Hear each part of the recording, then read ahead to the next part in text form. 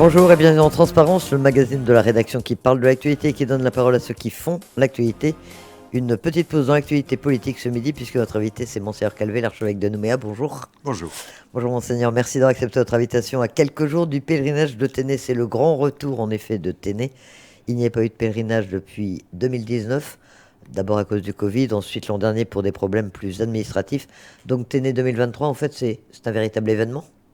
Ah ben, c'est un événement, mais enfin c'est une tradition qui se reprend et ça fait plaisir. Je pense que un groupe s'est reconstitué aussi pour reprendre l'héritage qui avait été laissé et c'est bien. Et en plus, ça va être l'occasion d'une ordination puisque la messe du pèlerinage, donc en clôture du pèlerinage, sera la messe d'ordination au diaconat d'un diacre, donc en vue du sacerdoce, Ken Boirat. Voilà, en vue de la prêtrise qui reste quand même un petit peu rare, on y reviendra dans un instant. Une tradition, dites-vous, ça fait combien de temps que ça a été créé, le pèlerinage de Ténè, rappelez-nous? Oh là là, les Ténè étaient numérotés, donc je me hasarderai pas parce qu'autrement je me ferais reprendre par des gens qui tiennent des archives très précises. Mais c'est tout à fait ancien et surtout on a eu des figures très remarquables, donc comme Antonin Mousoulamou, comme Guèdre Vamejo, avant qu'il ne soit même maire de Poya, et toute une génération de personnes qui ont fait en sorte qu'il y ait cette possibilité de rencontre des jeunes. Je me rappelle le premier pèlerinage de Ténè, c'était rencontre, on se demandait s'il était possible de faire une rencontre, de rassembler des gens de toute la Calédonie. Parce que c'était dans les années 80, dans la période un peu troublée qu'a connue la Calédonie. Enfin, très troublée. Tout à fait troublée. Et donc, on se demandait si on pouvait faire paisiblement un rassemblement liturgique. Et le pari a été gagné largement, puisque tant les paroisses de l'intérieur et même des îles que les gens de Nouméa, eh bien, ont tenu à participer à Ténè. Et après, eh bien, la tradition s'est maintenue. Dans un premier temps, c'était les jeunes qui étaient venus pour un pèlerinage seulement. Et puis après, il fallait préparer les lieux du pèlerinage. Alors les jeunes ont aidé à préparer. Puis ensuite, ils posaient des questions aux adultes qui les accompagnaient. Et là, on s'est aperçu que les jeunes avaient soif de formation. Et donc, progressivement, les paroisses d'accueil nous ont dit, écoutez, nous, on va s'occuper de préparer le site, et vous vous occupez de préparer, d'accompagner les jeunes et de répondre à leurs questions. Avec d'abord 2 équipes, une du matin et une du soir qui alternaient, et puis après, ben, ça a occupé presque toute la semaine, à pleine journée, et ça a été un moment important de formation pour les jeunes. Et c'est le cas encore aujourd'hui, puisque le pèlerinage, c'est du 5 au 11, en fait. Hein. Voilà. Dès lundi, les jeunes vont se rendre Alors, sur lundi, le site, hein. on va voir les cars qui vont commencer à affluer du côté de Ténè. Et puis, mardi, mercredi, jeudi, vendredi, le pèlerinage, disons, diocésain, c'est seulement le samedi et le dimanche. Et vous-même, vous y serez à quel moment? Moi, j'y serai pour la messe du pèlerinage. Maintenant, je laisse à des plus jeunes le soin d'accompagner les jeunes au pèlerinage, mais je serai évidemment là-bas pour l'ordination. Il y a un thème particulier, il y a un message particulier que vous allez délivrer cette année ou Non, vous en gardez la primeur pour les pèlerins? Non, c'est toujours le même thème à partir de... la parole s'est faite chair et elle a habité parmi nous. Et donc c'est quelque chose qui est central dans toute la catéchèse chrétienne, de tous les chrétiens d'ailleurs, et donc c'est largement fédérateur. Et donc c'est ce thème-là qui va continuer à être approfondi et qui attire en fait tous ceux qui viennent à Ténè. Un thème fédérateur, vous nous disiez que le pèlerinage avait été créé pour rassembler les gens. Est-ce qu'aujourd'hui c'est encore le cas? Est-ce que les pèlerins viennent de toute la Calédonie, de toutes les ethnies, de tous les milieux? Est-ce que c'est encore un brassage de la population calédonienne? Non, il y a surtout, on peut dire, surtout des gens du Grand Nouméa et puis de Brousse et des îles. À un moment, on avait même de Wallis et même quelques délégations de Vanuatu. Autrement dit, c'est assez large, mais c'est vrai que les gens aussi pris l'habitude peut-être de rester également dans leur paroisse. Et les jeunes qui donc sont un peu à l'origine de ça, ils sont toujours particulièrement impliqués, ils attendent toujours. Qu'est-ce qu'ils attendent d'un moment comme celui-là? On a un Qu'est-ce qu'ils certain attendent nombre de ce jeunes pèlerinage? que l'on retrouve dans différentes structures du diocèse, que ce soit des conseils pastoraux paroissiaux, des conseils pastoraux diocésains, des gens qui ont commencé à participer dans ce cadre-là et qui y ont pris goût.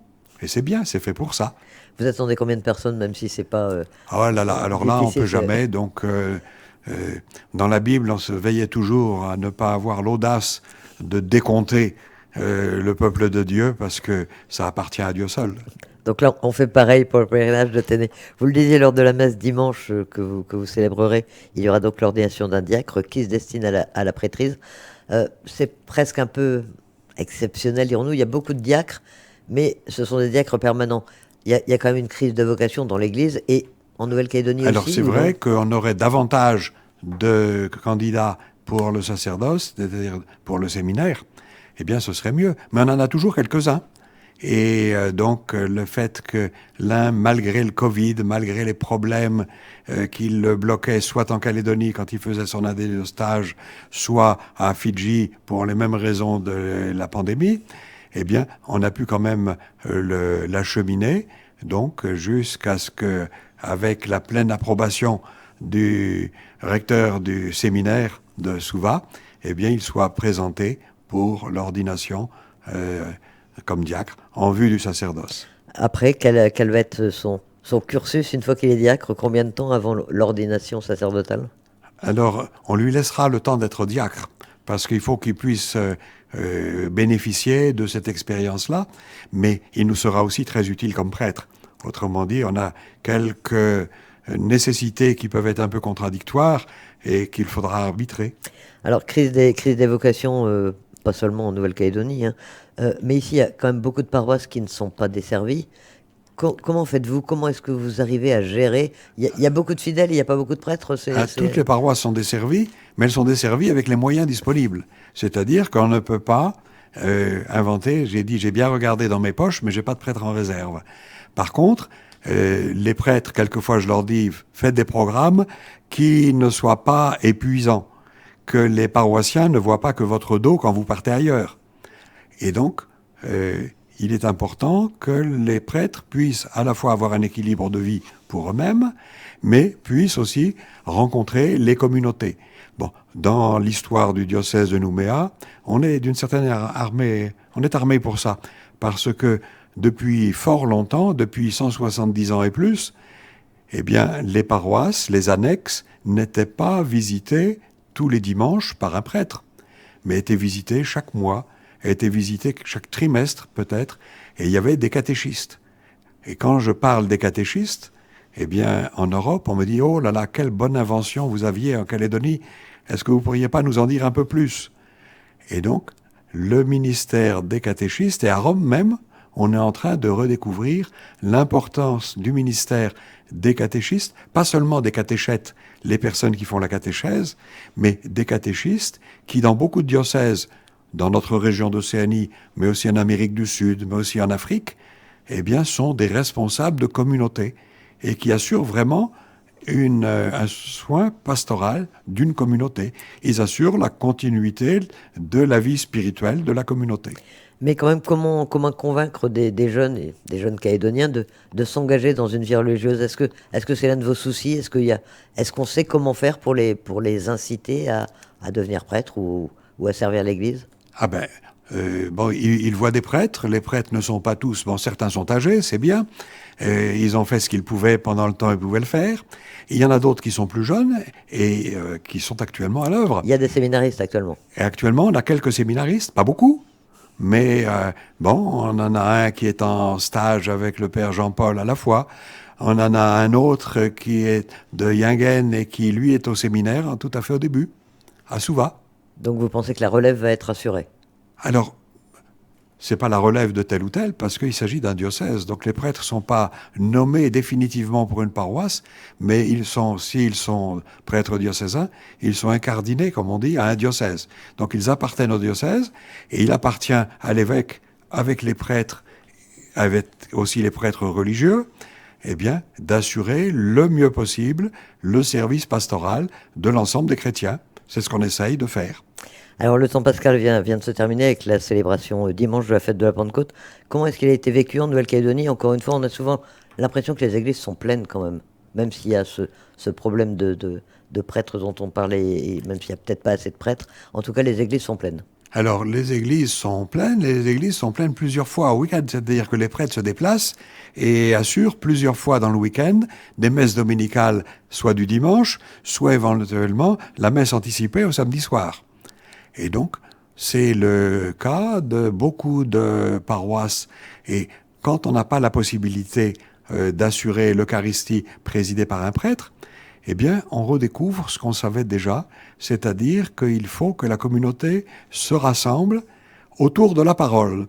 Et donc, Monseigneur Robert Le Gall, archevêque émérite de Toulouse, qui est venu prêcher des retraites et qui est un spécialiste de la liturgie, un ancien abbé bénédictin, eh bien, nous a dit, oui, le mot adap, il faut le traduire, assemblée du dimanche autour de la parole, assemblée dominicale autour de la parole. Alors qu'à l'origine, ça veut dire... Parce que c'est positif. À l'origine, c'est pas cet acronyme-là. Autrement, on disait c'est en absence de prêtre, voilà. ou en attente de prêtre. Alors en attente de prêtre, c'était déjà un peu mieux, mais autour de la parole, ça c'est positif. Et en fait, c'est ce que l'on faisait déjà depuis longtemps avec les catéchistes. Et le diocèse de Nouméa est un peu pionnier, ça se dit entre les gens qui s'occupent de préparation des ADAP, pour ce faire. Et les ressources du CERN, du Centre d'enseignement religieux de Nouméa, sont utilisées par beaucoup de monde, non seulement en Océanie, mais également quelquefois en Europe, même en Afrique. Alors pendant un moment, en plus, avec le Covid, les messes ne pouvaient pas être célébrées en public. Donc les fidèles suivaient les messes sur Facebook, sur Internet, ils sont revenus dans les églises après la crise. Alors après on la peut crise dire Covid, que les fidèles sont largement revenus dès qu'ils ont pu retrouver les paroisses. Les fidèles dans nos diocèses d'Océanie, en fait, ont le goût de la célébration commune. Et donc la présence sur place, d'être ensemble. Alors bien sûr, on a dû expérimenter pendant le Covid des retransmissions sur Facebook ou autres. Et ça a rendu service. Et du coup, maintenant, certains continuent à utiliser ça, par exemple pour des malades ou des gens qui ne peuvent pas se déplacer. Et c'est bien. Mais on peut dire que, par exemple, à la Pentecôte, eh bien, l'église la cathédrale était remplie, et c'était le cas dans l'ensemble des paroisses. Quand on voit, on sait que c'est plus le cas en Europe notamment, où les églises ont tendance à se vider. Quand vous allez en Europe, on vous jalouse cette vitalité de l'église catholique en Nouvelle-Calédonie? Nous, on donne le témoignage qui est le nôtre, parce que c'est ça qu'on vit. Mais pendant mon séjour, je suis passé à Lyon et j'ai été invité par l'archevêque de Lyon à participer à l'ordination de son évêque auxiliaire. Ça a été un moment extrêmement important. Et je connais bien la primatiale Saint-Jean à Lyon. Elle était remplie à ras-bord, y compris avec des écrans, jusqu'à la fontaine qui est devant.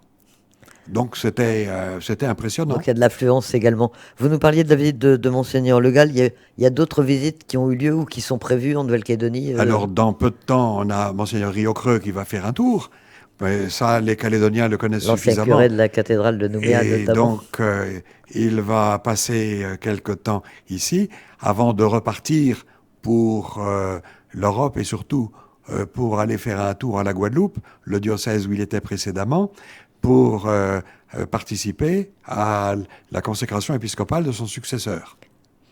Voilà. Autrement, comme autres évêques qui sont invités, outre les évêques proches des régions, on va avoir une réunion de la CEPAC, la conférence épiscopale, qui a eu du mal à se réunir pendant la période Covid. Qui réunit les évêques du Pacifique. C'est les évêques des petites îles du Pacifique. Donc ça fait 17 juridictions, des diocèses qui s'étendent sur 11 000 km d'est en ouest, depuis Guam et Saipan jusqu'à la Polynésie française. Donc c'est difficile de se réunir, et on n'avait pas pu se réunir depuis fort longtemps à cause de la pandémie. Et donc j'ai proposé, et ça a été retenu, que nous nous réunissions au mois de novembre, donc en Calédonie. Donc nous nous retrouverons au Montmou pour travailler sérieusement, parce que nous n'avons pas pu nous retrouver depuis longtemps. Il se passe quoi dans une CEPAC? Vous parlez de quoi? Vous travaillez, vous échangez des expériences, vous prenez des décisions? Ah ben, il y a des décisions qui appartiennent aux conférences épiscopales. Donc celles-là, il faut les prendre en conférence. C'est toujours un petit peu laborieux parce que pratiquement, il faut que ce soit l'unanimité. On est des spécialistes de consensus. Et puis, il y a d'autres questions où on a fait énormément d'échanges d'informations. Bon, on a bien sûr la CEPAC elle-même est en 3 sous-groupes, disons, on peut dire. Il y a un groupe dans le Nord, ceux qui parlent l'anglais à l'américaine. Il y a un groupe de centrale qui parle l'anglais à la fidjienne ou à l'australienne ou à la néo-zélandaise, comme vous voulez. Et puis les francophones. En fait, les francophones se sont réunis, c'est eux qui ont réussi à se réunir le plus. Et on s'est réunis, d'ailleurs à Nouméa, et cette année, nous aurons notre prochaine réunion des francophones aux îles Marquises, avec les responsables, directeurs ou directrices diocésaines. Monseigneur Barbarin également est annoncé? Alors, Monseigneur Barbarin est annoncé, lui, pour les retraites. Donc, il prêchera les retraites entre le Noël et la mi-janvier prochaine. Il prêche où dans ces cas-là? Qui peut assister à ces prêches? Alors, les retraites sont publiées et sont invités à participer aux retraites les prêtres, les religieux, les religieuses et les laïcs qui le souhaitent. Il est bien entendu que c'est un régime un peu particulier, c'est-à-dire c'est un régime de silence et de méditation, mais chaque année et de plus en plus, on a de plus en plus de laïcs qui participent à ces retraites. Il y en a 3 qui seront prêchés, les dates sont déjà fixées. Pour ça, voyez le bulletin Église en Nouvelle-Calédonie. Bien. Déjà, il y a les moyens de s'inscrire, tout est indiqué dedans.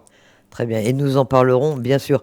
Autre événement qui attend l'Église de Nouvelle-Calédonie, c'est les JMJ. Régulièrement, on parlait des jeunes tout à l'heure qui sont très impliqués. Et il y a des jeunes calédoniens qui vont partir au JMJ. Alors, depuis pratiquement 2 ans, eh bien, des jeunes se préparent pour les JMJ. Parce que comme c'est loin... Journée mondiale de la jeunesse. Eh bien, il faut trouver des moyens, il faut trouver des fonds, il faut trouver des aides.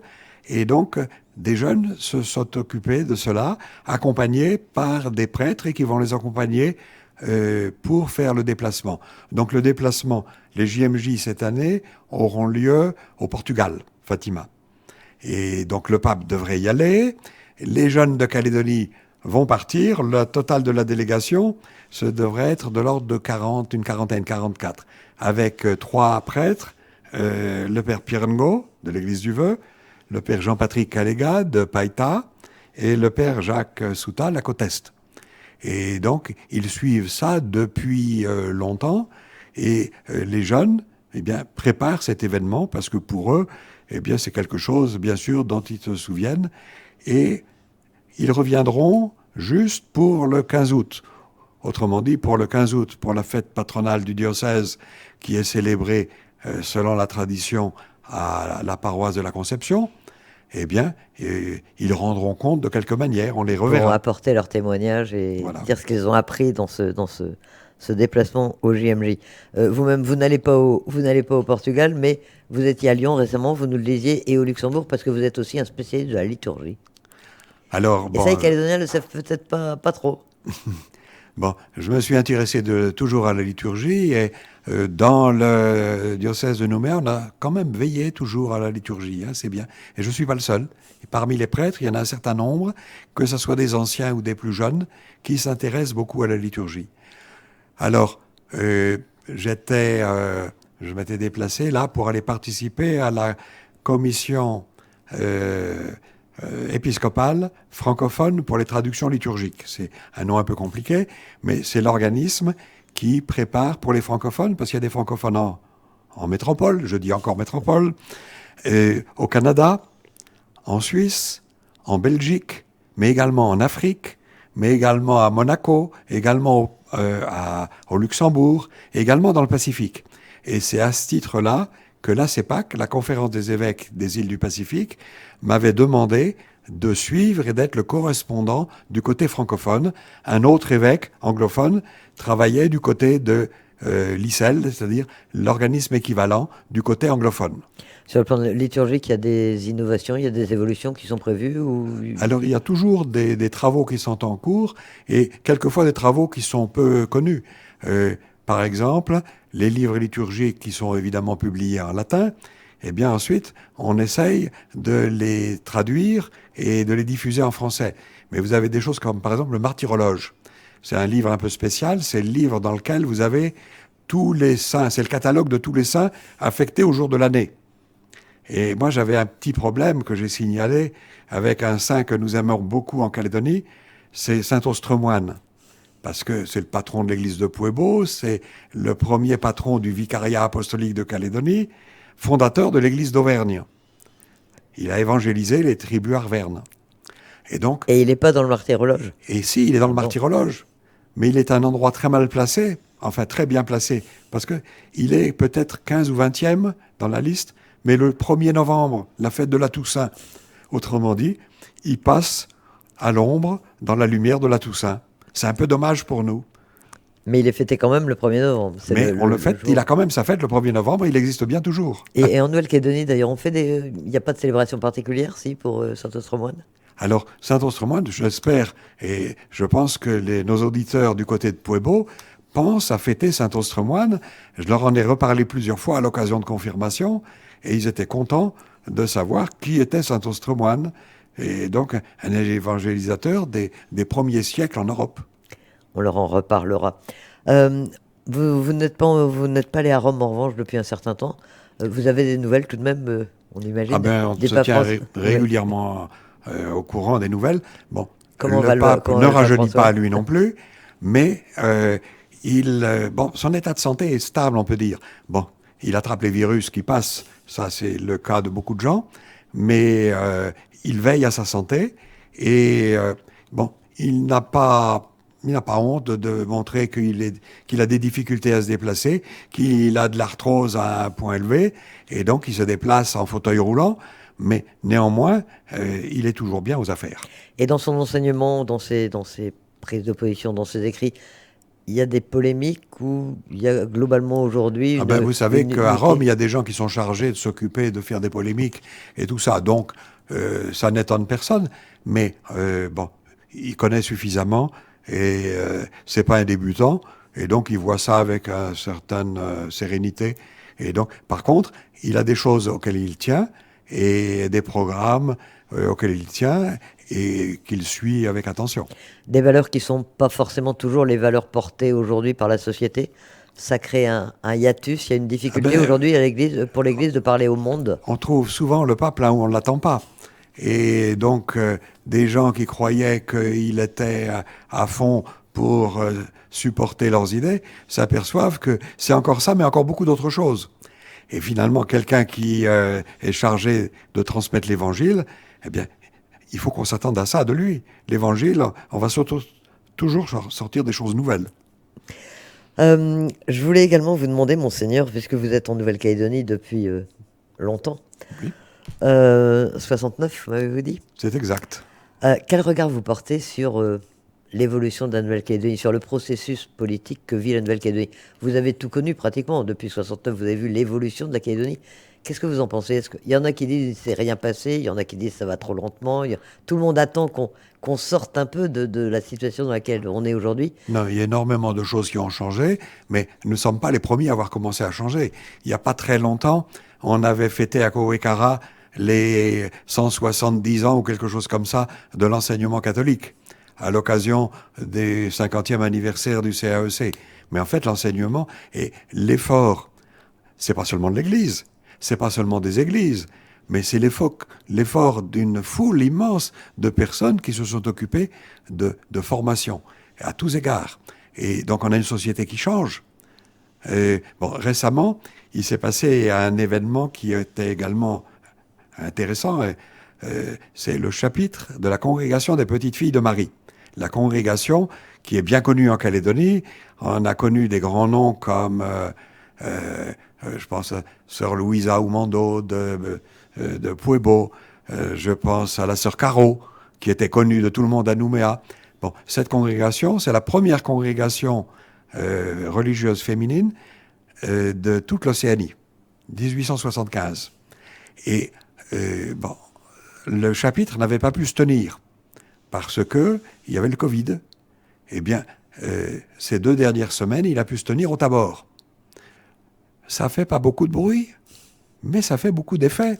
Vous ne pouvez pas imaginer l'importance pour la société calédonienne qu'ont eu et qu'ont toujours les sœurs de la congrégation des petites filles de Marie. La condition féminine, avec des gens comme Sœur Caro, pour ne citer qu'elle, ça bougeait. Et sur l'évolution politique elle-même, sur le processus, est-ce que l'Église a un rôle à jouer et est-ce qu'elle va jouer un rôle?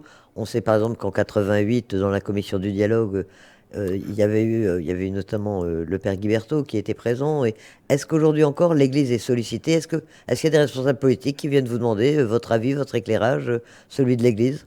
Alors bien sûr, il y a des gens qui viennent et qui souhaiteraient que on dise une position qui les soutient. Eux, on en a toujours autre chose à dire. Et c'est normal. Bon, si on apporte quelque chose au débat, les politiques, par contre, et ça je les ai invités et je continue, à s'occuper des problèmes de tous les Calédoniens. Parce qu'il y a beaucoup de problèmes qui se posent. On a vu les problèmes de tout ce qui fait la société, de l'enseignement, de la santé, de la vie chère, tout ce que traitent les syndicats également. Mais il faut que les politiques aussi s'en occupent.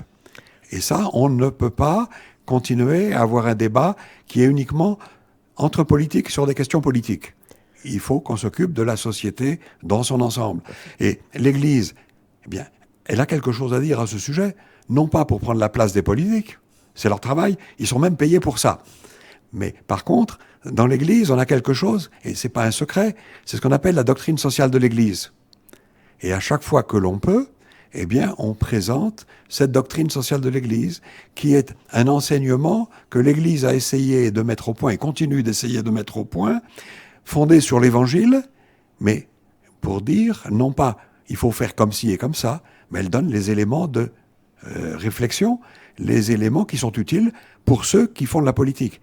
Et il n'échappe à personne que parmi ceux qui font de la politique, eh bien, il y a beaucoup de chrétiens, des catholiques, des protestants, et puis d'autres qui sont ni catholiques ni protestants. Et cette doctrine sociale de l'Église, elle peut s'adapter à la Nouvelle-Calédonie? Elle a besoin d'être adaptée précisément à la Nouvelle-Calédonie ou elle est par définition universelle? Eh ben c'est universel et c'est justement utile parce que on est dans un monde, on parle de mondialisation. On s'aperçoit que si on ne tient pas compte de la dimension mondiale, eh bien, on passe à côté des tas de questions importantes. Autrement dit, on est dans des îles et chacun sait, le problème des îles, c'est quelquefois on ne va pas plus loin que le lagon qui est autour. Mais le monde est plus grand. Et puis, nous ne sommes pas une île immense. Donc, il faut avoir conscience de notre taille. Parmi les problèmes de l'actualité calédonienne, et vous y faisiez allusion, le problème du financement de l'enseignement privé. On sait que vous y êtes sensible, puisque à l'origine, vous êtes professeur dans l'enseignement privé. L'enseignement catholique a été en pointe dans la revendication, dans le combat. Est-ce que vous comprenez qu'on en arrive à cette situation quand on connaît le poids de l'enseignement privé en Nouvelle-Calédonie? Pourquoi est-ce qu'il y a ce problème de financement aujourd'hui? Non, on n'était pas en pointe contre qui que ce soit, mais on était à dire attention. On a l'habitude que l'enseignement catholique fonctionne et que reçoit des élèves dans des structures d'accueil qui sont des internats, des demi-pensions. On étonne toujours en Europe quand on dit, mais vous savez, en Calédonie, il y a une majorité d'élèves qui sont boursiers dans l'enseignement catholique de Calédonie. Et ça échappe à des tas de gens, ça. Bon, pour pouvoir continuer à rendre le service qu'il rend, parce qu'on y croit, eh bien, l'enseignement catholique a dit, on ne peut pas continuer si on nous coupe les vivres. Et la Chambre régionale des comptes, qui avait fait un travail fort intéressant et qui est disponible à tout le monde, certains ont dit, mais il faudrait qu'on puisse le voir. Je signale qu'il est public et chacun de ceux qui veulent le lire peuvent le lire s'ils ont la curiosité de le lire. Et c'est bien. Moi, j'ai lu tous les rapports sur les enseignements privés de la Chambre régionale des comptes. Et j'ai lu des choses qui m'ont intéressé et qui m'ont instruit. Et là, vous êtes intervenu, vous, comme évêque, est-ce que vous êtes intervenu auprès des politiques pour leur dire qu'il fallait trouver une solution? Ils le savent. Et donc, la personne qui est en charge de l'enseignement catholique, elle a vraiment une délégation. C'est pas une fausse délégation qu'elle a. Elle est vraiment déléguée pour représenter l'enseignement catholique. Et pour l'instant, il n'y a pas de solution au jour, Et donc, aujourd'hui. le problème, c'est que pour continuer à rendre le service, qui est, là, je le pense, indispensable pour la société calédonienne, eh bien, il faut que les moyens soient donnés. Alors, des institutions peuvent se permettre de faire des déficits, nous, pas. Et donc, on l'a dit il y a 18 ans dans le livre blanc, on l'a redit il y a 3 ans, quand on a vu que le fonds de roulement baissait et que donc, on risquait d'aller dans le mur. Et là, on a dit, on ne va pas plus loin parce qu'on ne veut pas aller dans le mur. Et vous pensez qu'une solution va être trouvée? Vous êtes optimiste malgré tout? Ah ben, si les politiques ne trouvent pas la solution, c'est-à-dire n'assurent pas le bien commun, c'est leur affaire. Mais moi, comme évêque, je n'ai pas les moyens. Bon, dans l'enseignement catholique, s'il y en a un qui n'est pas payé, c'est bien l'évêque. Monseigneur, nous arrivons au terme de ce magazine. Tout de même, une question vous concernant. On sait que vous avez donné votre démission quand vous avez atteint l'âge 75 ans, qui est l'âge C'est déjà il y a longtemps. légal pour... Voilà. Et maintenant, qu'est-ce que... Vous restez en poste, vous continuez à travailler? Ah ben, les évêques sont d'un naturel patient, dit-on. Mais non, ceux qui sont chargés de ça, donc suivent le dossier et s'en occupent. De toute façon, donc, disons, la mécanique humaine est telle que les forces ne vont pas augmenter et que donc ça deviendra un jour ou l'autre une nécessité qui ne pourra plus attendre. Mais pour l'instant, vous pouvez continuer à assurer, Mais à faire le job, comme on dit. pour le moment, je fais ce qu'on peut avec les moyens que j'ai. Pas d'idée d'un successeur possible. Ça se fait comment d'ailleurs? Vous avez votre mot à dire sur un successeur ou... Ah ben bien sûr, on dit tout ce qu'on a à dire, et après, quand on a dit tout ce qu'on avait à dire, on ne dit plus rien, et on attend. Et donc vous restez archevêque Et donc, voilà, j'attends. de Nouméa. Monseigneur Calvé, merci d'avoir accepté notre invitation dans ce magazine Transparence.